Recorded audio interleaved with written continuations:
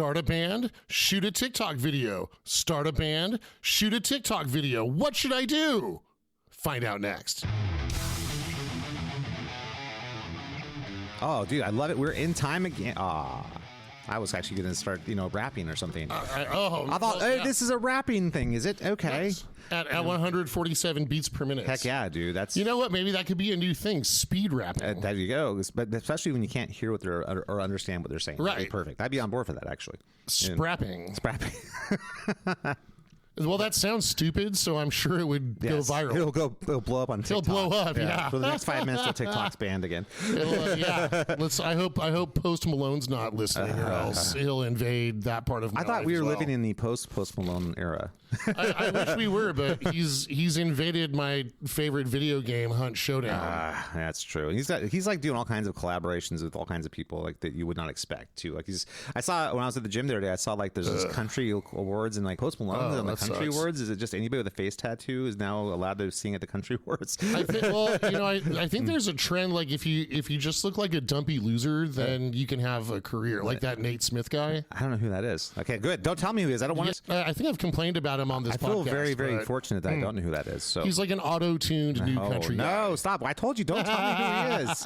I'm trying to save up gigabytes in my brain for right, yes. Look, I don't blame you. But so apparently there's a Post Malone character skin in Hunt Showdown now. Good Lord. I know. Well, I mean, that's the world we live in, dude. Because, thank you, people, for not actually buying music anymore, because now we have to have people like Post Malone in our freaking video games and commercials and having like perfume and cologne lines. And I ended up with a Post Malone character skin. Okay.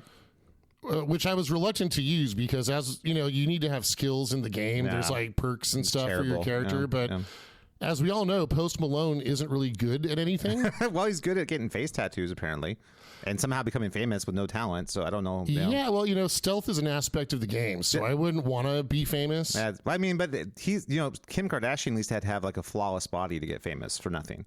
You know what I mean? Well, and her body isn't even flawless. It's just airbrush. She paid a lot of money for that body. Which, but I mean, that's like I think actually makes it more flawed. At least at the end of the day, that's like, she had her skill is like, I have a flawless body. That's my skill. But I mean, Post Malone is like, It's I think the new American skill is just finding out how to appeal to stupid people, because there's a lot of them. Well, that's true. There's a lot of smart people though too. I will push back on that. No, I'm just saying, like, since the population of the United States is like bigger than it's ever been before, even if like the stupid people are a small portion, that's still sizable. That's still a large net number of idiots. Yeah, I get you. That makes sense. Yeah, that's my Post Malone thesis. Yeah, and I think people have never been more easy to entertain in some way. It's just any kind of train wreck on the side of the road, people will stop and watch. It's like, or do you have some kind of kooky, wacky thing like, oh, I'm a big giant country guy with a face tattoo, and I like to sing about trucks. I think it's a crisis of self-esteem, right? So you've got like a lot of people in. Like people, like we said, like as I think one of your students mentioned, maybe they like, why do people like Post Malone? Maybe they just like him. Yeah, I guess so. I mean, and so think about that. That means that Post Malone is a reflection of like how the public sees itself. Do you think that's that deep though? I just think I do. I see it more like a carnival, like sideshow thing. It's like, okay, well, look at that. That's marginally more interesting than watching. Well, actually, you know what? The event in my game is called Post Malone's Murder Circus.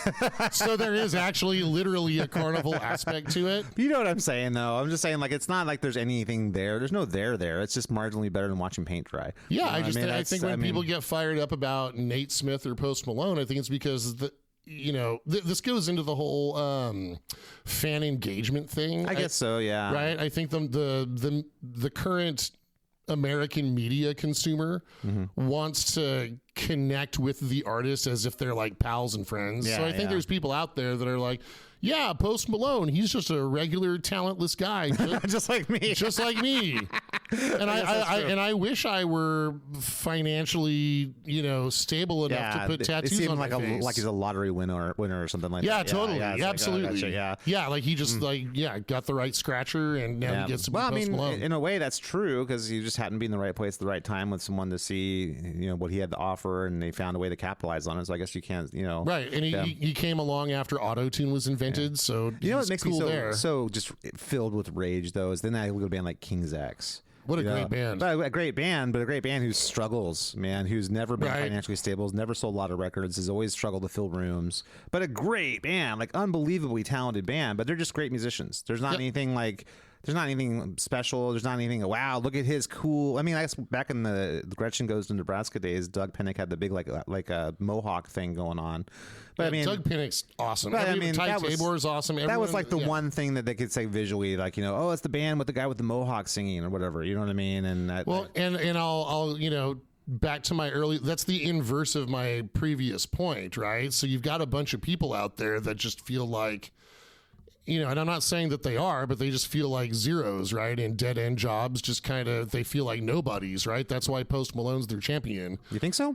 And I think that's, a bunch of, like a band of really elite talented musicians like King's X. Mm-hmm. It's hard for, the general American public who feels like a bunch of fucking losers to identify with to me, excellence. It's similar to like a sports hero. If you look at like someone like, say, I don't know, let's say Kevin Durant or something like that. You're not going to be 7 foot tall with elite wingspan and shooting capability. But they look at him as a hero. You know what I mean? That's like, I kind of look at it like that, or like I don't know, like a Patrick Mahomes kind of thing. It's like, that's like, okay, that's an elite level talent. People like worship those guys. I agree. And that's for good reason, because they're elite athletes, you know what I mean? And I think of musicians in a similar way. Like, if these guys are elite, you should like look at them as like aspirational, as opposed to sort of like, well, I'm never gonna be as good as that. I've never thought that in my life, by the way. I agree with a musician. Completely. Like when I see a great musician, it's just inspiring. Like, I got my fucking get on the horse and work, man. Yeah, and dude, like, what can I add to my own, musical vocabulary that's inspired by this? Yep. I wholeheartedly agree, and I think. The difference, boy, we could do a whole podcast on the difference between music and athletics. But I mean, it's a similar situation that it's excellence. You know what I mean? And it's excellence, but no one will be like, hey, that guy? It's like the backup second string, offensive right guard. Like, boy, let's really venerate that guy. The guy who's barely hanging on the practice squad. Yeah. Well, and as much as I generally don't care about lyrics, the fact of the matter is that if you engage the art that a band like King's X creates, it's going to, you're gonna end up introspecting. Yeah. Right. You're gonna have to think. You have to think. Interesting lyrics, thought-provoking lyrics with great music and melodies and incredible improvisation. So sports isn't thought-provoking. I don't agree with that. Not if you haven't done it. I mean, I think that because once you know what goes into being an athlete, like you have to have respect for that. I mean? It's one of those things that you have to like go, okay, that guy, the Steph Currys of the world who could hit a shot from anywhere on the court. You got to respect that work ethic that it took to get to that. Much as I despise baby Steffi, and I'm ready for his career to be over due to a catastrophic ankle injury. This is one of the biggest divisions between Ryan and the whole world. Yeah, right. Steph Curry's a showboating little bitch. Yeah, he's an amazing player. No, he is, and that's why I can't stand him. But I have to. Yeah, so. But okay. We'll take someone we both agree on. How about De'Aaron Fox? Hey, De'Aaron Fox is an elite athlete, an elite shot maker, an elite passer. You know what I mean? He is, but he's not. But I'm never going to contemplate the big questions. Can he hit a triple double 3 or 4 times this year? I think that's a big question. But watching De'Aaron Fox get a triple double isn't going to make you contemplate the meaning of life or. Not in the way that a Post Malone song will. Yeah, right. Well, but a King's X song will. Yeah, well, I mean, sometimes, yeah, for sure. But I think that what's cool about art, though, is it really touches on all aspects of life. It could be a super deep, meaningful thing. It could be just a fun party song. It could be, just a whimsical thing. It could be a dark, journey into someone's psyche. It could be all those things. Right. I mean, I think or if it's like Nate Smith or Post Malone, it could be just a really stupid thing. It's like beer. Partying, driving trucks. Right, corn truck. This episode brought to you by corn trucks. Yeah, them delicious corn trucks. Hey, well, you know what though? We come from a time though when we just expected more from music. You know what I mean? It wasn't even that we expected. It was just the music was there. It's almost like whatever's on the menu. The music that was there happened to be like Michelin 5-star music. Even if like lyrically it were, I don't think Dawkins ever sang about anything deep and meaningful, but like the musicianship was, and the melodies and the songcraft was great, and the lyrics weren't stupid. They were just like standard. You know what I mean? Standard kind of love song. Yeah, which is sells, and that's what people want to hear. You know what I mean? But there's other examples though of songs, that are a little bit more interesting than that. I think even like Whitesnake would have more lyrical, interesting lyrics and stuff like that. And if you get, all the bands that we love, Van Halen for sure had some crazy, interesting, like weird. It's funny. I think that the Sammy era Van Halen was a little bit more standard love song stuff. Yep. Although Sammy did some great lyrics on a lot of tunes, like Mine All Mine's got some very interesting lyrics. Yeah, totally. But Roth was like a very interesting kind of wordsmith in the way he would sing around things without saying it, and it was and he scattered too. Yeah, and he will zip it up, skip it up. But so a lot of lyrics though were actually really interesting. If you actually like look at it, it's just coming from a weird place. You know what I mean? But the music was over the top excellent. So there you go. Yep. And then of course you look at artists like Joe Satriani who spoke without lyrics. You know what I mean? And if you listen to like all those tunes, like The Forgotten, or if you listen even to Always With Me, Always With You. Oh yeah. There's definitely a story going on there. There's just not with lyrics. Right. You know what I mean? But the common thread though is great songcraft and great musicianship. You know what I mean? Right. And so a song like Always With Me, Always With You. That like you'll listen to that. I mean that could tug at your heartstrings. Yep, right. Exactly. Play with passion and watching baby Steffi chew on his mouth guard and be a little bitch. I mean it may arouse anger. No, not at all. But it certainly does. There's nothing. I find high level athletes very inspiring. I'll be honest with you. I really do, in the sense that it's like this is the pinnacle of what they've worked for their whole life. They've now reached that apex of what they can be athletically, and it's a marvel to watch. It's actually something I really enjoy watching. I think that's incredible. Watching like Logan Webb for the Giants, pitching, something, like a no hitter, and the way he controls the ball and the way he can fool the batter and stuff. It's there's all kinds of. I could just go down at every sport. Sure, Isaiah Thomas, playing with a broken ankle in the playoffs, right? Sure, yeah, totally. I'm with that. There's something inspiring about that, about the dedication, about the no quit, about how hard they had to work to even get there. Determination, competition. See, to me, I look at that and I find it incredibly inspiring. Absolutely. You know what I mean? So it's just a different kind of inspiration than music. You know what I mean? But that being said, I think that. Look, you can enjoy art at whatever level. If you think that, dogs playing poker is the greatest art that's ever been, then okay, that's whatever makes your day even that much more bright. That's fine. You know what? That actually, God, what's today's topic anyway? Today's topic is we're going to remember John Sykes. Yes. And ask if the bands still matter in a YouTube / TikTok / Instagram world of solo artists. That's where our talk is. By the way, welcome to the Rock Guitar Confidential Podcast with Ryan and Scott.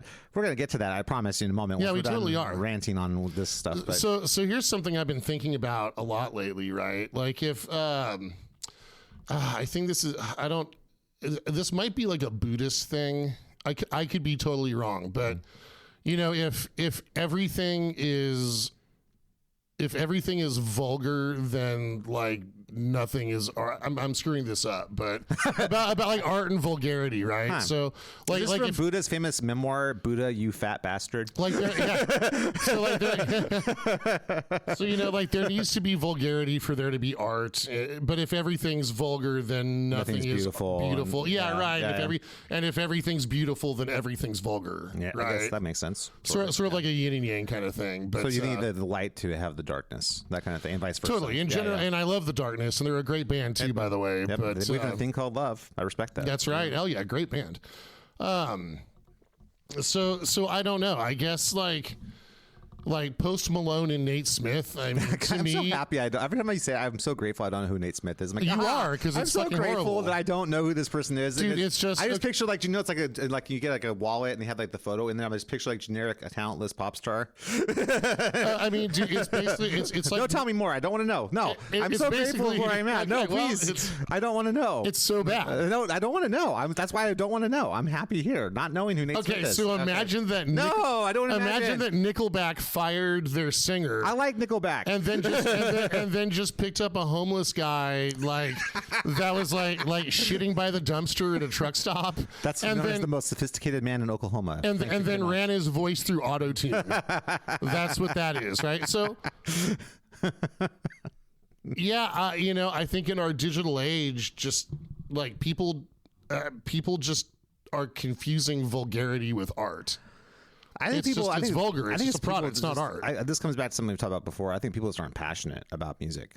Music's just a whatever. You know what I mean? They're not like, wow, I'm not really into this. You know, I mean, they're just into whatever. You know what I mean? And I think that's partially how the people like the Post Malones and the Nate Smiths are able to survive, is they have some kooky wackiness to them, and they've kind of transcend very quickly from I'm a musician to I'm just a celebrity. And once you're a celebrity, then people will watch you do whatever. You can go like, right, because there's a bunch of get Chipotle and sit there and have them film it. And they'll watch it. Oh my God, you see Nate Smith getting Chipotle the other day? Oh my God, you know. Right. I love Chipotle. Yeah, but you know what I mean? It's just so stupid. You know what I mean? There's nothing interesting there about it at all. And I don't know. I feel like maybe that's just being a curmudgeonly old man saying like, it could be. It's like you kids don't know what from good talent. You know. So you know, I've been trying to. So you know, Misty's brother, who still lives. Misty's Ryan's longtime partner. Oh yeah, that's right. Yeah. Sorry, I thought our listeners knew that. But anyway, just in case there's new listeners. So unfortunately, her brother's still alive, and a couple years ago, was that the Christmas card you said? Fuck, dude. Yeah, you're still alive. Right? Merry Christmas. I'm telling you, dude. Every time we lose like another great person, that's like the first thing I think. Why not him? So, right. So seriously, yes, absolutely. So a couple years ago, for Christmas, and I tried to re-gift this to my cousin because she has bad taste. Okay. Right. So it's a little thing in a frame. Okay. And now, first of all, like if anybody out there has like little slogans or sayings like printed in cursive, like the live, like inspirational things, like the live, laugh, love, like yeah. Like seriously, rip it off the wall and set it on fire. Okay. To me, that is the absolute definition of vulgarity. Like hang on, baby, with a cat hanging off the branch kind of thing. I mean, at least the cat's cute, and that's kind of a nostalgic 70s icon thing. But I just mean, so you know what? That even is, I'm not going to say metaphorical, but at least like there's the image of the cat on the branch. So the cat's what saves it for you. Well, it is. Yeah. So the reason the live, laugh, love thing fucking sucks is because it's so literal, it's vulgar. Yeah. Right? Like you can't, like great art, you get out of it what you put into it. Sure. And like that's what should be hanging on the wall is art. Yeah. So that when you look at it, you're like, oh, this means this to me, and maybe it means something to someone else, right? Yeah. But if it's just like cursive fucking slogans, like bumper sticker garbage, but it's in a frame, so you hang it, that's vulgarity. Like everyone out there listening should go find those accoutrements. I don't care if your partner gets pissed at you, you're doing your family a service. Rip that shit off the wall, in the fireplace, in the fire pit, dumpster fire. I can't think of a better indicator of cultural rot than the framed cursive written slogan, like rustic folksy slogan, right? So Misty's brother got us one of those things. And it says, in my kitchen, if I stirred it, it's homemade.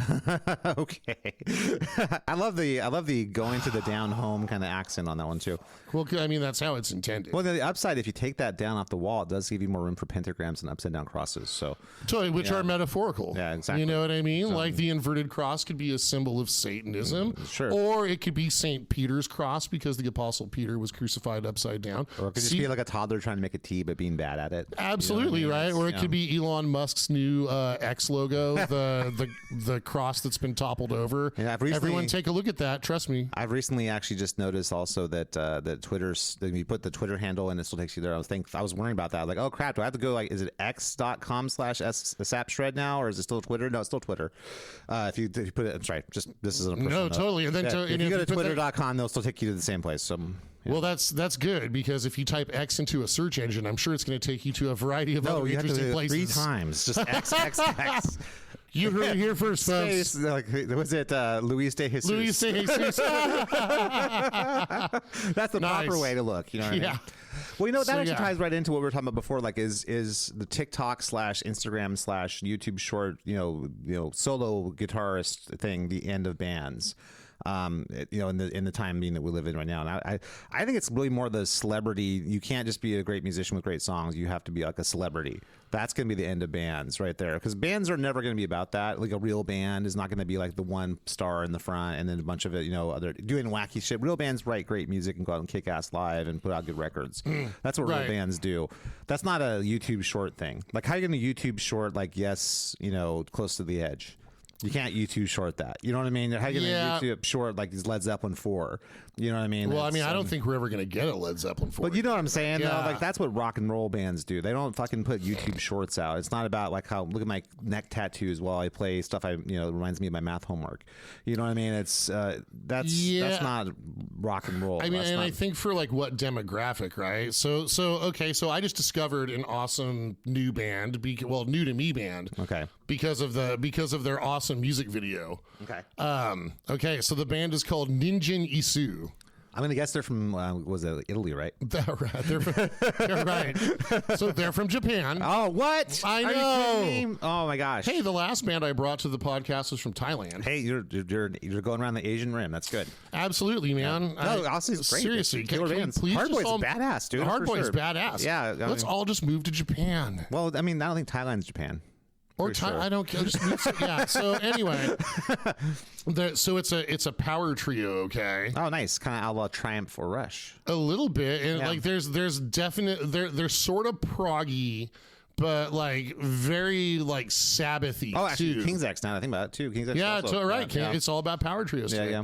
So so they like apparently all their lyrical content is derived from like Buddhist philosophy and like classical Japanese literature and stuff. So their lead single is No Fat Chicks, right? Yes, exactly. They're on tour with Nate Smith right now on the No Fat Chicks tour. Yeah, but I forget what the name.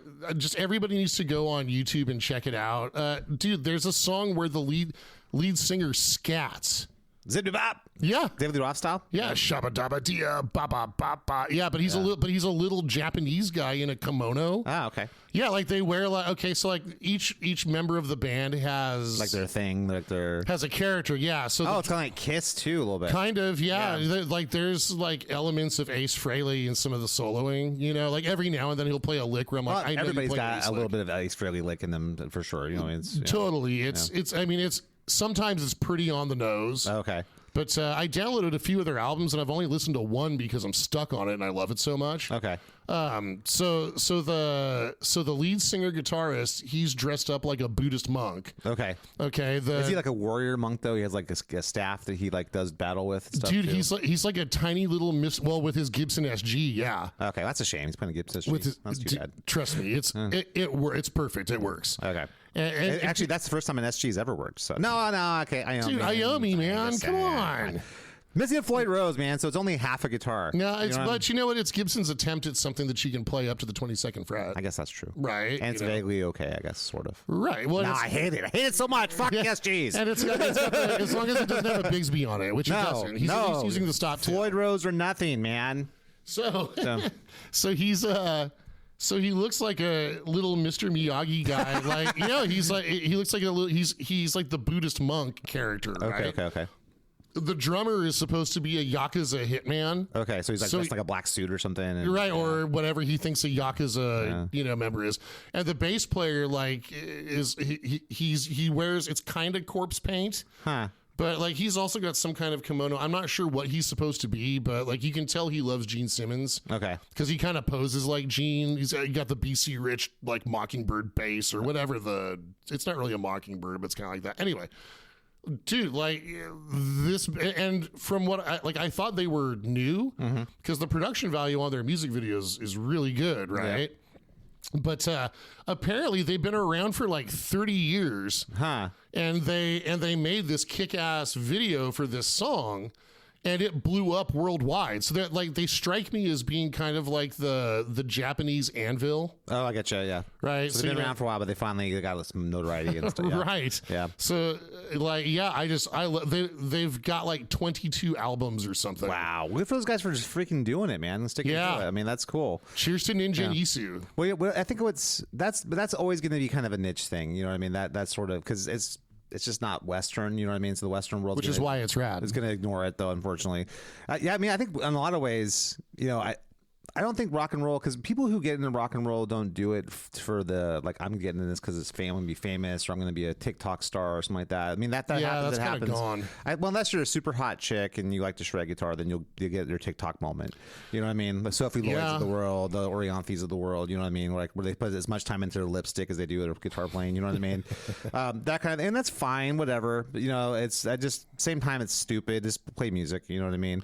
I think that's just, you know. I feel like that there's never going to be an end of rock bands. Rock bands are always going to keep coming back in different forms. It's just, I think people are very short-sighted. It's like, what's the last 5 years been, and then what's the next 5 years going to be? It's like 25, 30 years. What's going to happen? You know what I mean? And I think that man, in 25, 30 years, I think we're going to have a completely unimaginably different thing happen. I don't think it's going to be something anyone sees coming now. I think it's something that's going to be totally different. And I would not be surprised if, like, the next generation, people rediscover, like, playing in power trios with, like, live instruments. Do you think people even be playing guitar? Yep, for sure. I have no doubt that, because playing guitar, electric guitar, and playing loud, like, rude electric guitar is always going to be cool.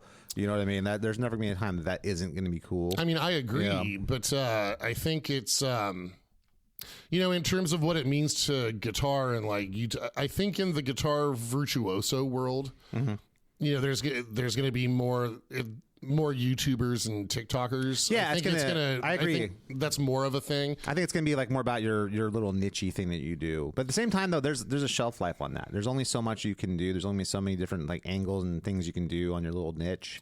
But, you know, at the end of the day, if you aren't building it on great music that you're writing and performing, you're gonna run out of ideas at some point. Yeah, you know what I mean. In terms of, like, even Luis de Jesus ran out of ideas at some point. He did. And, you know, he didn't have as much. His inspiration was not limitless. But you know what? He was always willing to climb that ladder and mount very naughty or whatever, to mount whatever challenge was before him. He was willing to do it, right? Yep, and take it all the way. For sure. Yep, absolutely. Like, whether he was in or outside of that Ewok suit. Oh man, I hope he could have capitalized on the Ewok thing. He could have just got like a bear costume. I'm sure Lucasfilm owns the. Oh yeah, I guess that. You know what I mean? He could have shown it, right? Small furry critter adjacent. Yeah. Right. Like, I'm not an Ewok. Wink, wink. And maybe he was afraid of Richard Gere. Fuck. Dude, that'd be the feel good buddy movie of the year. Oh my goodness.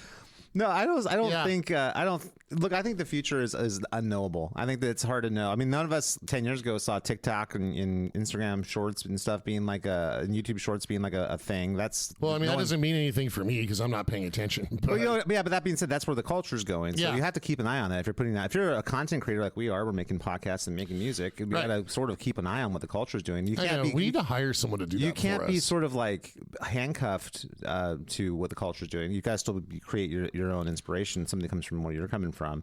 And the goal is always, for any artist, just hope there's enough people out there who dig it, you know, and then there's, it's not going to be everybody, because there's nobody who makes art for everybody.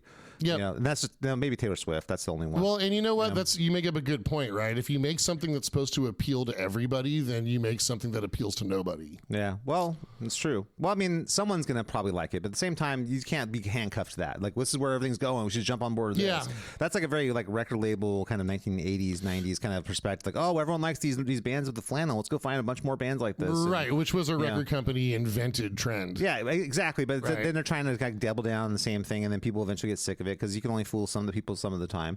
You know what I mean? And it's eventually they catch on to the con and move on to the next con. But it's not that you're not getting conned. You're getting conned at all times. Right. The next con will catch you on this next one for a while. Then that's the American way. Yeah, that's true. We live in the land of cons. But anyway, so I think back when we were kids, though, and then back to the generation before us, even, you know, the music was substantive. It was actually, you know, those record labels were all started by people who loved music and wanted to promote music. That was the mission statement. Let's go find great bands and let's promote them. And that's what, for like the first 15 years or so of big labels existing until they become corporatized. And definitely in the 80s, yes, the image thing, you know, had too much prominence, but Well, I mean, we've said before, like, you know, image is always, you know, even if you don't have an image, that's your image. You know, I think that's going to always be a part of it. But what that allowed those bands to do was to, you know, reach way more people. Because it was actually, what was different then is if you could get signed to a good label back in those days, and if you could make 1 or 2 videos, like, dude, you could reach so many people. And then that would get you onto a big tour, and you go tour in front of people. If you do that, like, for 2-3 years, you're set. Right. That's the reason bands like Britney Fox can still go out and tour, or LA Guns, because they never really had massive hits. And Britney Fox was a good fucking band. But you know what I'm saying, though, like those guys, because they were able to make a few videos and go get a few big tours, they're still able to make a living to this day. Right, they're still viable among the nostalgia circuit. So and that's because there was a funnel like that. All culture kind of went down the big time FM radio and MTV. That's where you got your music back in the day, and because everyone saw the videos and saw the music, they got an opportunity to have a career. The biggest thing that's working against bands now is not TikTok solo artists, but the problem is there's no shared culture. Everyone's got their curated culture. There's little bubble cultures they live in. Everyone's got their playlists. Everyone's got their YouTube playlists or Spotify playlists, and they rarely go outside of that, other than the algorithm just kicking something randomly out there and saying, "Oh, here, check this out." But that's like it's like a slot machine. Who's to know? And so I think I agree. And by the way, I have a new album out. It's called Maximum Threshold. Oh, Scott Allen Project. Yeah. Just to everyone check out. While you're on your algorithm, look for Scott Allen Project Maximum Threshold. Yes. What was the name of that album again? Maximum Threshold by the band Scott Allen Project. Okay, cool. Featuring Derek Strining from Dream Theater on keyboards and Dave Bates from Edge of Paradise on guitar on one of the tracks. So. Nice. And drums by Tom Frost. Tom Frost on drums, Brian Kinney on bass, and yours truly on all guitars, except for the guitar solo on The Ripper. Awesome. Like The Ripper by Judas Priest? No, that one? The Ripper by Scott Allen Project. Oh, okay. Got it. It's I'm sorry. I didn't know if there was that's great. We do actually one cover on this record. We actually did a shredding instrumental version of Just Like Heaven by The Cure. Rad. So that's on there. So anyway. Nice. And what's the name of that album again? It's called Maximum Threshold, available in any place you get digital music. Fuck yeah. Yep. So anyways, that's awesome. I'll throw my 2 cents out there on the algorithm. While you're surfing the algorithm, surf the algorithm over to Scott Allen Project. I might forget all that information by the end of the podcast, so I'm going to have to ask you again. You mean about Scott Allen Project Maximum Threshold? Yes, new about EP that. out now that's available anywhere digital music is streamed or purchased or download? Yes, you have to remind me about that at the end of the podcast. I will. Nice. I'll come back around to it. But. Hell yeah. So as far as our band's done or whatever, I think I just put out an album. Bands can't be done. Okay, no, I mean the topic of the podcast. X-Age is our band. We can't be done. Fuck yeah, dude. Which we're about to begin the writing process again. Of album 2. Yep, that's right. Album 1, X-Age, our debut album, is also available any place digital music is downloaded or streamed. Hell yeah! Wait, what was the name of our band again? X-Aegis. Self-titled debut album is on there right now. Wait, what was that you were talking about? I forgot. The band we have together, X-Aegis. And then there's an album. Alex Boston on drums, you and me on bass, and then of course Jude Morgan on vocals. Oh, we played guitar on it too. Tom Frost. Oh, we played guitar. Not just bass. Oh my god, I'm not gonna own that. What? I'm not gonna own that. Damn, Jeez. That was rough. And then Tom Frost on keyboards and production.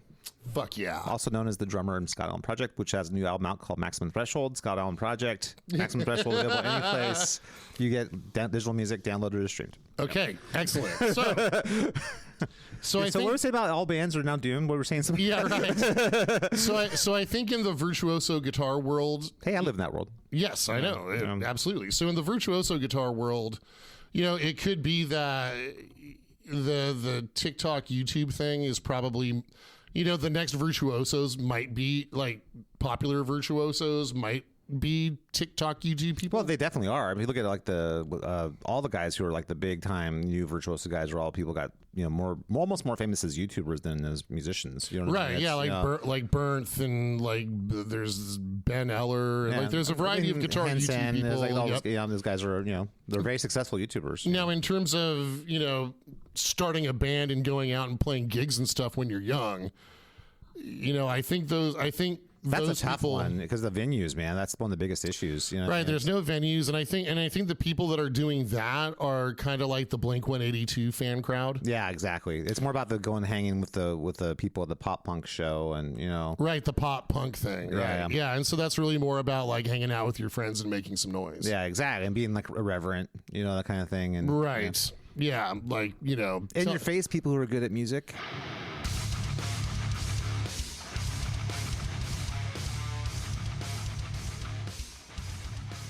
Thanks for listening to the Rock Guitar Confidential Podcast with Brian and Scott.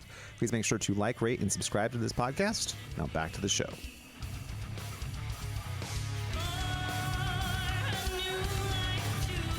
You're not the boss of me, Mom. Right, like windmill punching the drywall in your bedroom. Yeah, exactly. But you're not my dad. Hey, you know what? At the end of the day, I will take that over DJs. So I'd rather that. You know what I mean? It's yeah. You know, dude, I'm telling you, man. I mean, there's definitely like you're definitely not going to be in high school and go to a backyard party and bump into Van Halen.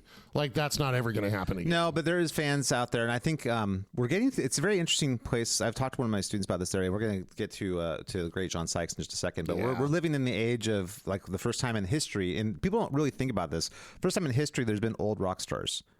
This has never happened before. Like rock music started in the 1950s. So like even in the 80s, when you think, oh man, they're so old, it's like we're talking about Mick Jagger, and he was like 52 at the time. Shit, Mick Jagger's still alive. And Mick Jagger's still touring and touring stadiums. What the fuck? But here's what I'm trying to say though. Back in the 80s, we were like, wow, Mick Jagger's so old. He's like 50. You know what I mean? Yeah, right. And now Mick Jagger's like 85 or whatever, and he's out still doing his thing. Sabbath's all close to 80. All the great like bands of the 70s and 80s are all now pushing 80, 70s. Yeah, and I mean, like how many you got? Like Ronnie. But people don't realize that gone. There was no rock music before the 50s. That didn't exist. There was no such thing as rock music. So this is the first time in the history of humanity there's been old rock stars, and I think partially why I think the young people have a hard time accepting that music as something that has something to do with them. Outside of people who kind of just are nostalgically like, oh, I love the 70s, or I love the 60s, or I love the 80s, whatever it might be, or the 90s if you're the pop punk people. You know, it's more of a nostalgic sort of. What would it have been like to be in the 60s or whatever? You know what I mean? That's kind of more what it is than they genuinely feel connection to that artist, if that makes sense. You know what I mean? So I think we're now living in an age of old rock stars. And this is a very interesting place to be because it's fully integrated into the culture. I mean, Judas Priest does freaking jingles for State Farm, insurance commercials. That's wild, huh? You know what I mean? Dude, speaking of which, I was actually at Rayleigh's the other day, and I walked in. The first few songs I heard, "We Rock" by Dio and "And the Cradle Will Rock" by Van Halen. Holy shit! Inside Rayleigh's, I'm walking by like these old people, like going to get to the bakery section, and I'm like, "We rock!" And yeah, I was like, dude, I remember hearing this is like fucking rad, and all of a sudden, "And the Cradle." I'm like, "What's going on?" Like, it's Dio and Van Halen are being played at the freaking grocery stores. I'm walking to go to the bakery section. Yeah, that is. So like I've heard Metallica, like old Metallica, yeah, in the grocery like store. freaking Four Horsemen or something like that. And yeah, like I'm looking for like a can of chili while I'm listening to Seek and Destroy. It's so weird. It's like, dude, this chili is going to seek and destroy my bowels. Exactly. Yeah. And then my toilet eventually. Right, I'm going to seek and destroy my toilet after this can of Denison's chili. But eventually, thank you, Denison's. Right. Yeah, exactly. Thank you very much. Maybe we can get a sponsorship. Yeah, exactly. Yeah. Denison's. Destroy your toilet, Denison's. Punish the bowl. But we're living in a time though where like all the stuff that rock meant to us when we were kids, like the rebelliousness and the in your face to power and stuff like that, it's now become fully integrated into the culture. It's really the music of the establishment. Yeah. Oh yeah. Well, like the old people all listen to that. You know what's funny? When I first started teaching guitar back in the late 90s, like if you had like you're teaching something like Ozzy or Metallica, it was kind of like a little bit. Well, your grandparents won't really understand this. Yeah, right. Totally. But now it's like your grandparents were like, "Fuck yeah, Ozzy, do you bark at me?" I'm like, well, "You're 70, and like you're into like Ozzy and shit." It's so weird to me. Right. Like, although you know what, my buddy who's a Christian fundamentalist, I'm teaching his kids, and so now I've got his. Well, you still have that. It's like an old timey thing now. It's super fun because I taught his oldest son how to play "Rock You Like a Hurricane." Nice. Because I know it's gonna bug his dad. Bad Boys Running Wild would be even better. Ooh, that would be a good one. Oh yeah, just wait till we get to the Aussie stuff. It's coming.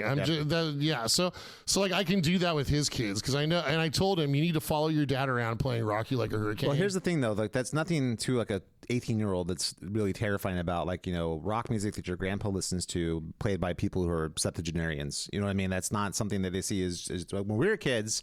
Like the rock stars were like just 10 years older than us, or whatever, So It's like one of those things where it's kind of like, yeah, he's fucking, oh my god, look at those chicks and look at this, oh my god, look at him playing, look at that stage, it's incredible. Like the cops are trying to shut the show down and stuff. It's like it was like. Well, I mean, you just described the plot to like most music videos. Well, you know what I'm saying? Though? Like it's like, but that's like it was kind of seen as like dangerous and rebellious and stuff. Right. Like I mean, that. how many songs are loud and people are trying to shut it down and stuff. Dude, you just described like every Kiss song. Well, you know what I mean, right? Like they don't want us to rock. But we're gonna rock anyway. Yep. Like that's every Kiss. But song. now Grandpa's like, "Hey kid, why don't you rock?" And he's like, "But I want to listen to Post Malone." See, and that seems rebellious to them.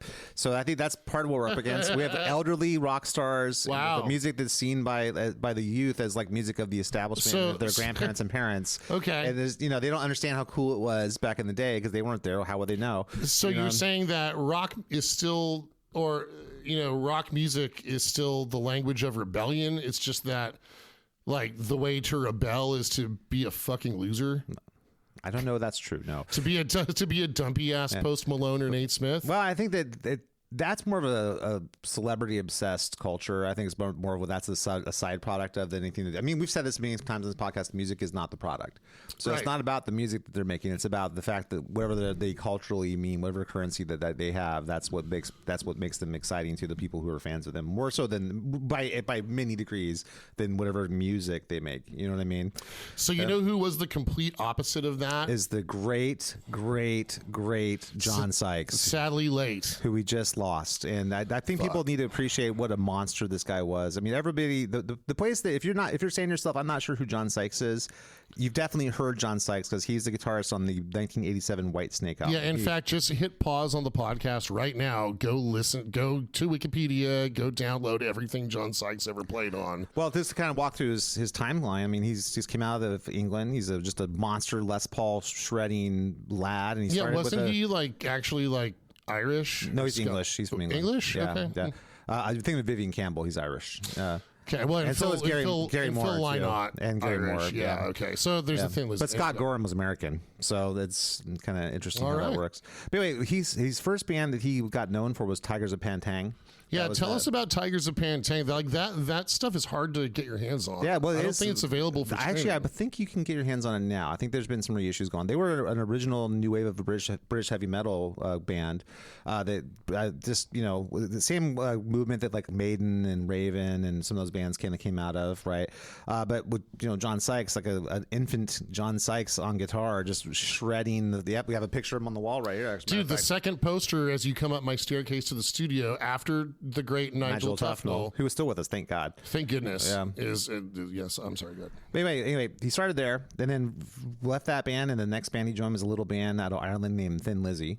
And he did an album called Thunder and Lightning with the great Phil Lynott. That was the last Thin Lizzy album. Yeah, but monster album. What oh my god, monster album! And it showed Sykes in all of his glory and like what he brought to the table. It's so exciting. Cold sweats. Yeah, I mean that's just that album hits you like a hammer. Yeah, dude, it's so god damn. And then after that, he is basically the next thing he got known for was the Slide It In album from Whitesnake. He came in. There's two versions. There's like the European version, and I guess there's an Asian version, which is kind of the same thing as the European version, and then there's the U.S. version.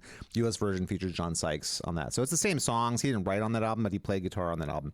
Big difference because the guys before were like Mel Galley and I'm trying to remember the other guy's name. Mickey Moody. Yeah, that's right. And those guys were they were great players, but they're very much more like the sort of like classic, Bad Company sort of blues players. They were sort of more like from like the Uriah Heep, kind of like that early 70s. Not like the more burning, ripping your face off stuff that Sykes had. So when you listen to the USA version, you can hear like that Sykes just badassness coming already. Right. He did like the older guys were like mustache rock guys. Yeah, exactly. We got to talk about mustache rock. John Sykes had the big blonde mane and Les Paul and just ripping and your face no off. mustache. And no mustache, thankfully. Yep. Nothing against mustache. Mustache. Carmine and Peace was like, no, I'm going to keep the mustache. Yes, exactly.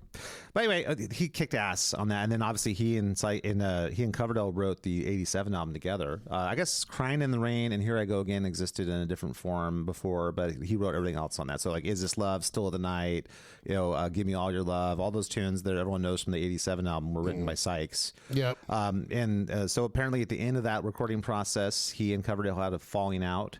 I think what it was is Coverdale had laryngitis or something, so he wasn't able to be in the studio recording anything. Now, John Sykes is also a great singer. Amazingly good singer. Right. Yeah. Total underrated double threat. Oh, right? for sure, yeah. So so while Coverdale was recuperating, the producer and John Sykes basically just recorded the whole fucking album. Yep. Like they did, and I guess there was talk about, like, I know Whitesnake was like David Coverdale's thing, but part of the rumor is that Sykes wanted to fire Coverdale and just take over the band. I mean, it's probably just bullshit from Coverdale's I'm sure that is bullshit. There's no way that's going to happen. If Coverdale's the star of the band, they're not going to get rid of him. It's like Whitney Houston. Well, we're going to replace Whitney. So my guess is that, so Sykes recorded like all of his parts, which is wrote everything. Insanely tremendous stuff. It's just I was such a step up for Whitesnake. I mean, that Whitesnake never hit that pinnacle before. No, not even with Vi in it. And I love Adrian Vandenberg. Well, Adrian wrote that album, and that's a great record too. People talk shit about. That's right, because Adrian Vandenberg also had like a hand injury or something. And then they brought Vi in. You know what? Amazing for Adrian. Like, you know what, Adrian? I know you can't play, so we're just gonna bring Steve Vai in. So you know what? We need to get our buddy Mark Miner on this podcast. Oh, sure. He would have so much to contribute to what so fans will do that soon. Yeah, I would say this though, that Whitesnake never reached that pinnacle before or after. That was the height of what Whitesnake could be. Unfortunately, egos, a lot of hurt feelings got in the way, both ways, I'm sure, and that ended up not happening. By the tour, they really already fired the entire band. The band that recorded the 87 album is not the band you saw in the videos. No, not at all. No, not a single one. Nobody other than in fact, didn't Ainsley Dunbar record the drums? Yeah, and then Neil Murray was the bass player. So. Yeah, and then they took Tommy Aldrich out on tour, which and they loved Rudy Sarzo on bass, and they had Adrian Vandenberg and Vivian Campbell on guitar. That's how badass John Sykes was, dude. You needed two virtuoso guitar players to play that shit. Yeah. You know what I mean? Well, here I go again. The solo is Vandenberg. Yep. Which is one of the greatest guitar solos. There's also an alternate take though with Sykes' solo too, which I think they just did that as like a nod to Adrian, like, hey, I want you in the band. Here's what they'll put you on this. Sure. Solo. By the way, the solo that Adrian plays is fucking great. It's a fantastic solo. I think it's one of the greatest solos of all time. Yeah, it's fantastic. So I'm not trashing Adrian's contribution at all. Yep. But anyway, luckily he's still alive. Yes, and Adrian's kicking ass. So he's putting out music too. He's doing Vandenberg still. So that's right. It's really great stuff. But John Sykes, dude, his after Whitesnake, he went on and formed Blue Murder with Tony Franklin on bass and Carmine Appice on drums, right? And it's just Carmine Appice. I don't care. So it's Vinny Appice and Carmine Appice. Fair enough.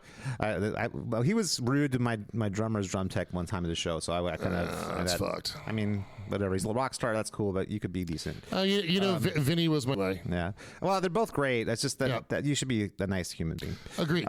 So anyway, the long story short, though, Blue Murder came out of that, and Blue Murder is freaking amazing. It's basically the first Blue Murder album would have been the next Whitesnake album. There used to be a remastered Blue Murder, and there's actually a couple of Blue Murder albums. That is so great. Well, then they did an album shortly after called Nothing But Trouble. Yeah. It was also great stuff on that album for sure. And then the 90s happened, and so he had to go into the wilderness for a while. And then he kind of just stayed in the wilderness. Well, no, he did a few solo records. He had like the Sykes. He had an album called Nuclear Cowboy that was pretty badass. I've got Bad Boy Live. Bad Boy Live's a good one. He did like 3 or 4 like solo albums. All of which production kind of was the big issue with those. The productions wasn't so great, and I know he was a slow worker in the studio. He didn't like knock stuff out. He was really slow and fastidious about his stuff. Unfortunate, because in the last, much like Eddie Van Halen in a lot of ways, in the last years of his life, he kind of was toiling away working on stuff, but he never really released anything. You know what I mean? And he was supposed to. So Winery Dogs, that was supposed to be and no shade on Bonamassa, but that's Richie Kotzen. Or I'm sorry, Kotzen. Okay, well. And I love Richie Kotzen too, but Sykes would have been. Oh, it would have been totally different. Totally different. I mean, I think what Winery Dogs became with Richie became a really cool thing, and it's its own thing. But it would have been a totally different band. I was getting them confused with Black Country Community. I apologize. That's a different band. But no, Winery Dogs is great. I love Winery Dogs. In a way, it kind of is cool that happened because we got the Winery Dogs. Winery Dogs is a great band. It would have been totally different. It would have probably been much like Blue Murder. It had. It would have been so cool. Yeah, which would have been great. I mean, and I know apparently that Sykes, has an album or had an album that he finished and was looking for a label home for.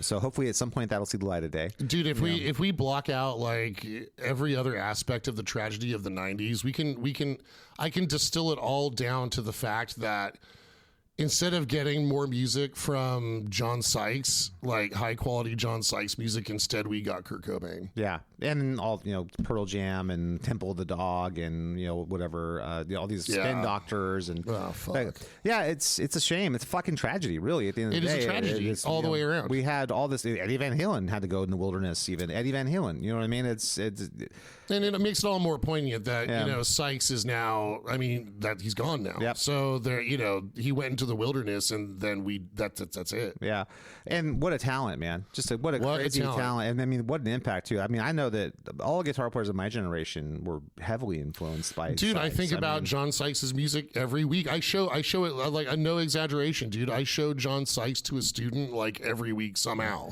Yeah, it comes up all especially when you're trying to teach a student how to like emote and play with feeling and you know, the vibrato and the expressiveness. Yep. Like, man, tone too. His tone just crushes. It's just so ballsy. I was listening to the song "Cry for Love" today on the way. I've been listening to Sykes nonstop since I found out he passed. Yeah. And it's just there's a badassness to his riffs, and it's not about how loud he is or how distorted or how fast he plays, or is it a blast beat. There's something so badass about the way he's swagger and everything. It's just so badass. Like, this fucker's gonna kick your ass, dude. Yes, with like, sound. Yeah, you know what I mean? Like, that's like that. Whereas opposed to like when I hear blast beats, it's like, I'm so angry. It sounds like a baby having a fit.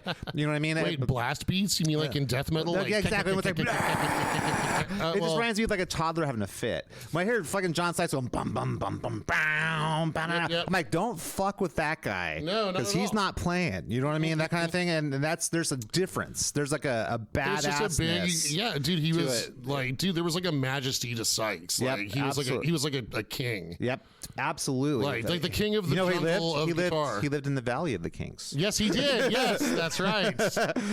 No doubt. No, dude. Yeah. I just am heartbroken. I mean, it's one of he's like one of my biggest heroes. He is like right up there with some of the main reasons I started playing guitar. Right. You know, because like hearing that '87 album, and I remember being in, I think, 7th grade and doing the Air Band show, and the song we did on the Air Band was was Still of the Night and stuff. And and it's talking about rock and roll. I remember a couple other people doing Air Band were doing like Debbie Gibson and Tiffany songs and stuff. So I'm like fucking just badass. Like, and you know what? Everybody plays that riff wrong too. Like Still of the Night. You talking about which part of the riff? Like the main riff. Yeah, exactly. Everyone plays that riff wrong. I've never seen anyone other than Whitesnake play. So luckily we live. Well, you know, one benefit of living in the modern era is that the ISO tracks are available on like YouTube. You can. I welcome everybody. Listen to the isolated guitar tracks from Still of the Night. Oh, cool. Well, I mean, just to hear the tone and would be dude, freaking awesome. You know what I mean? Just the tone, the attack. Such a badass, dude. But shit, the solo from "Is This Love" also one of the greatest solos I've ever. That whole heard. song is freaking amazing. Yeah, it's such a tragedy that like we're living in the era of old rock stars, and I know that we're gonna start having them drop one after the. We already are seeing it happen. I mean, Paul Di'Anno's gone, Van Halen's gone. You know, obviously Sykes just passed away. There's like every time you turn around, there's another person dropping dead. You know, Sykes and Van Halen are on a like. There's people who are influenced by John Sykes that don't know they're influenced by John Sykes, and that's how great he was. Yep, it's true, and I think that, and the people will keep rediscovering the songs and the riffs because it's so great. I hope so. Well, they will, because dude, Cream rises to the top. It's gonna be there 50 years from now, 70 years, 100 years from now. People are still discovering freaking Chuck Berry guitar riffs from back in the day. You know what I mean? Thanks to guys like us who teach them. They're great stuff. You know what I mean? And that's. But I mean, if you're not taking guitar lessons, if you're just like a regular like teenager, you probably don't know who Chuck Berry is. You've heard his music though. Well, you have, right? Yeah. You know what troubles me is that like the way that John Sykes played is so not mathy. Like all the young people, like I have a lot of young students who I've more than one young person's described a band they like to me as being mathy. Yep. Which fuck that, dude. Well, I don't want to do math. I think I want to, like John Sykes. Like I want to kick your ass with notes in your face and have swagger and balls. Kick your face stuff. ass with my notes. You know. Like, right. It's no, I agree. I think that's more about the cultural currency of where we're at right now. I think that's the cool guitar playing guys that they're into are the mathy people. You know what I mean? And fuck, that sucks. That's okay. The songs aren't there, so it's not going to last. It's one of those. I don't want introverted mathy music. I want. But you and I also aren't 17 right now. I know. You know what I mean? And to me, we're not only 17. I'm looking at. I know, but like I'll show her love like she's never seen. Yes, right. What I'm trying to make though is that like that kind of music though is not going to have the shelf life that other stuff does because it doesn't have songs associated with it. It has to be like this moment in time. Like if all that John Sykes ever was like the big hair and the big like show, then he wouldn't still be important today. You know what I mean? It's not just all he was offering. He's got great songs to go with that, great riffs, great solos, great melodic ideas. You know, those are the things that's missing with the Matthew people is it doesn't have that. It's just about the time right now. This is the cool thing right this moment. Yeah. So I think that's a problem. And I think to me, I look at it as a win in the sense that anybody who's making kids want to pick up guitar is a win. literally because that's what we do for a living. Well, agreed. Even Post Malone? No. Well, yeah, I had to teach a Jelly Roll song the other day, and there's some cool guitar stuff in it. I was like, okay, cool. At least there's a guitar in this. There's something people hear on the radio. I mean, look, I had to teach some Toby Keith the other day, and at least there was like a rhythm concept. And there's guitar. It's not just a DJ. Let me tell you, like, I know I mentioned this, before the podcast, but like it must have taken like dozens of like the greatest mullet experts from around the world to create Toby Keith's mullet. It's like the curator of the Mullet Museum at the University of Moscow. Yeah, no, totally. They should have actually like after the video shoot, they should have like removed his mullet and like preserved it. Yeah, I think the song's called "Should Have Been a Cowboy," and just in case anyone's wondering, no, you shouldn't be a cowboy. You can't be a cowboy. He's talking about Roy Rogers and stuff. It's not the 19th century or the 50s. Yeah, and also, by the way, the 19th century wasn't so great. The Cowboys didn't live a great life. They were getting murdered in the streets for gold and stuff. And from what I understand, hygiene was not up to snuff. Neither was medicine either. There was no, and sanitation also hadn't been invented yet either. Right. And you know what? I defy anybody wearing a cowboy hat in the suburbs to tell me what sarsaparilla tastes like. I don't think you know because you're not really a cowboy. But anyway, maybe they wanted. You know what we should do? We should get Aylstrom to write a song called "I Should Have Been a Pirate." You know, I should have been a pirate. You know, should have learned to shiver me timbers and hide the high seas. I should have carved some scrimshaw. I'm here to plunder. Yes. I should have fought scurvy. Yeah, right. So you had same kind of thing. Anyway, but at least in that stuff, there's something to teach. But there's music. There's actual music there. And you know what, dude? If you watch I think Blue Murder had kind of a piratey image. Well, they had like the big poofy shirts thing. Like that's no, I think they're actually on a ship. No, in one of the songs, but wasn't there like a movement? Like, because Cinderella had this a little bit too. They had like the like Brittany gothic, Fox, there was puffy shirt, like the black, sort of velvet, like a new romantic, like sleazy, sort of like Renaissance. Kind of just like Renaissance. Yeah, that was a thing. Yeah, there was a name for it. I'll find out what it is. 89, there's a bunch of bands. Even Whitesnake had a little bit of that going on. Yep. Yeah, that kind of look. Agreed. But I mean, like I think for the press shots for Blue ironically, so did early Dream Theater. If you look at the Take the Time video, they're dressed in the same sort of style. That sounds like Rush dressing in kimonos because they didn't know how to have an image. Exactly. And then there's sure their labels like, you know what we need to do, guys? Put you in kimonos. So Blue Murder, like there's very obvious there are pirate theme, like they're on a fucking old ship in the press shots. Sure. But anyway, but the music wasn't about pirating. There's no plunder. Here we come a plundering. Right. Well, I mean, and one of the songs, is about Egypt and stuff. Yeah. It was Valley of the Kings. Yeah, and then Ptolemy. That's another one. Dude, fuck. Great stuff. Yeah, man. We got to have Mark Minor on the program, man. So yeah, guys, if you just whether you were aware of it or not, we lost one of the greats this week. It's just an amazing inspiration to me. I mean, it's not at all exaggeration to say I probably wouldn't be the guitar player I am today without John Sykes. You know what I mean? And I think that a lot of the guys, our generation, that sort of people who came of age playing guitar in the late 80s, early 90s, that sort of, he was inspirational to all of us, I think. You know what I mean? And not just the Whitesnake stuff. Dude, if you listen to Ex Aegis, then I could point out, I'm thinking right now, point out moments where I played John Sykesy stuff. Totally. Yeah, absolutely. There's a bunch of riffs, especially some of the songs that I wrote on our album that very inspired by John Sykes, for sure. You know what I mean? So brilliant guitarist, great tone merchant. Just a shame, lost. He's only 65. He wasn't like even that old. Well, so he was so everything we talk about like fan engagement and stuff, and John Sykes was the complete opposite. Yeah, like I don't know, I know fuck all about his personal life, and that's great. Yep. But he was battling cancer of some kind. Apparently nobody knew that, nobody knew that. Yeah. So and I didn't have to. It kind of reminds me a little bit of like the singer from Great White, like Jack Russell. He died the same kind of thing. Like we knew he was in ill health for years and years and years. Right. And years. Yeah. I thought there was some alcoholism there. There's like a bunch of stuff going on, but apparently he had cancer and just no one knew. And next thing you know, he's dead. Lemmy was like that. Lemmy, like nobody knew. He was just doing his tour, and all of a sudden he's kind of sick, and then he's dead. Yeah, I thought Lemmy was going to live forever. I thought he was like the Keith Richards of metal. He was, and he pretty much died with his boots on, man. You got to give him respect for that. You know what I mean? There is a Motorhead song, isn't there? I mean, I know there's an Iron Maiden song. But, but I mean, Motorhead was prolific, man. Yeah. They must have like 50 fucking albums. Yeah. So I mean, that's something that is is to be respected about that. There's, rock music was like a way of life when we were kids. You know what I mean? It wasn't like it was just like this genre of music that you're scrolling through on TikTok. You know what I mean? It was kind of like something that became part of your identity. I wonder. That's something maybe a rich topic for a future podcast. Is I wonder if that's going to die with our generation.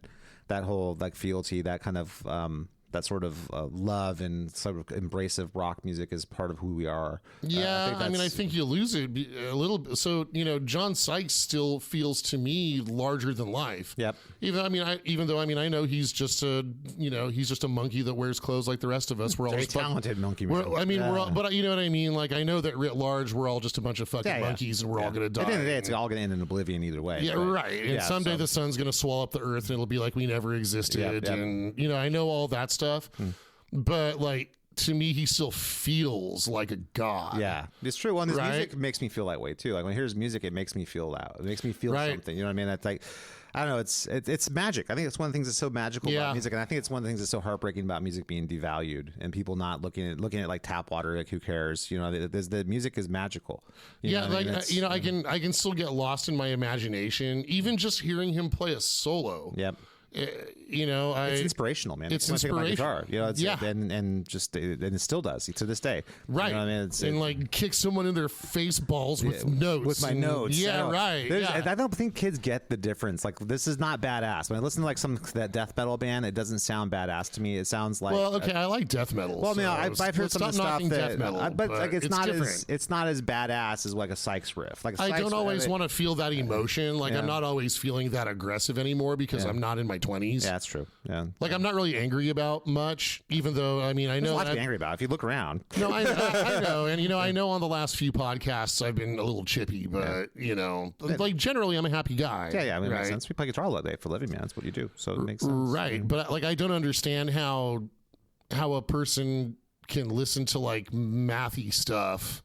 Again, the only emotion that I get from that is like anxiety. Yeah, exactly. Right. Whereas, like, remember we were growing up, there were like big blockbuster films, like.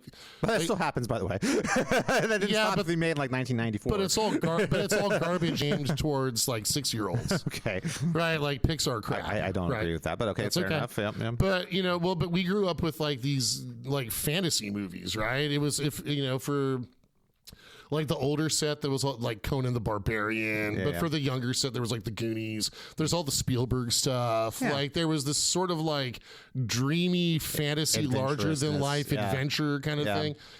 And I don't know, there's something about like John Sykes's body of work that just like gives me that sense of wonder. Yeah. I can get lost in my imagination. And it's so dense. There's so many different aspects to his playing and stuff, and it like takes you all these different places. You know what I mean? It's really, really cool, and it's got so much passion and fire. I think that's the thing. It's got passion and fire. It's just it's got all that, and not just like angry passion, but it's got all kinds of different. It's just. It's fabulous. It's just fabulous. Makes you feel alive, man. It's a fabulous work of art. I'm very grateful to have been alive at a time when he was able to imprint on my playing. Yep, same. You know what I mean? And very grateful for the music and the time we had with him. You know what I mean? And hey, I hope that everyone listening, maybe they aren't as familiar with John Sykes. They can go out, find out who he is, discover his music. Yep. I would probably start with Whitesnake. It's probably the most accessible stuff, and then go from there. And then check out the Thin Lizzy stuff with the Tigers of Pantang. Check out the Blue Murder stuff, and you won't regret it. It's badass. No, you won't regret it at all. And then go pick up your guitar. Yep. And then what you should do is immediately go to Spotify and put in Scott Allen Project Maximum Threshold, and then go download that, and then because you'll hear all the inspiration of that plus all kinds of more stuff. And then as soon as you finish that, you should go check out the rest of the Scott Allen Project catalog. Escape Velocity came out 2 years ago, or 3 years ago, and then also go check out the X Aegis album, which Ryan and I happily put into the earth. I don't know. We happily like birthed after like 2 years of labor. Yes, it was a C-section. It was very hard. There was blood everywhere, but it was worth it. But anyway, that's out there as well. So please go download it, stream, or whatever it is where you get digital music. All those albums, that'd be wonderful. And then while you're at it, please make sure to subscribe to this podcast. Yes. Hey, wait, what was the name of that new Scott Allen album? It's called Scott Allen Project Maximum Threshold. Nice. And then while you're looking at the X Aegis album, you should go to our band website, which is xaegisband.com. That's www.exaegisband.com. C-O-M. Oh my God, you spelled the com. Cool. I'm fired up about spelling, man. All this talk about John Sykes has like raised my intelligence level. On that website, you can hear some samples of all the songs from the X Ages debut album, and you can also follow us on social media. We have Fox. What am I saying? We have a face fuck? what the fuck? I was thinking Firefox. I don't know why I was thinking like that's no. So we have Facebook, Twitter, and Instagram. You can follow us on all that, so you can find all the latest on what we've got going on this podcast as well. And gosh, guys, I think that's about it. Thank you so much for listening. Yeah, and go listen to some John Sykes. Yep, please do. You'll never ever be the same again. Yeah, you'll thank us later, but in a good way. Yep. Not like when you saw the Luis De Jesus. Hey, you know what? Film. You'll never be the same, but not in a great way. Luis De Jesus has brought a little joy to a lot of people. All right. All right. On that happy note, see you guys next week. Thanks so much. Peace.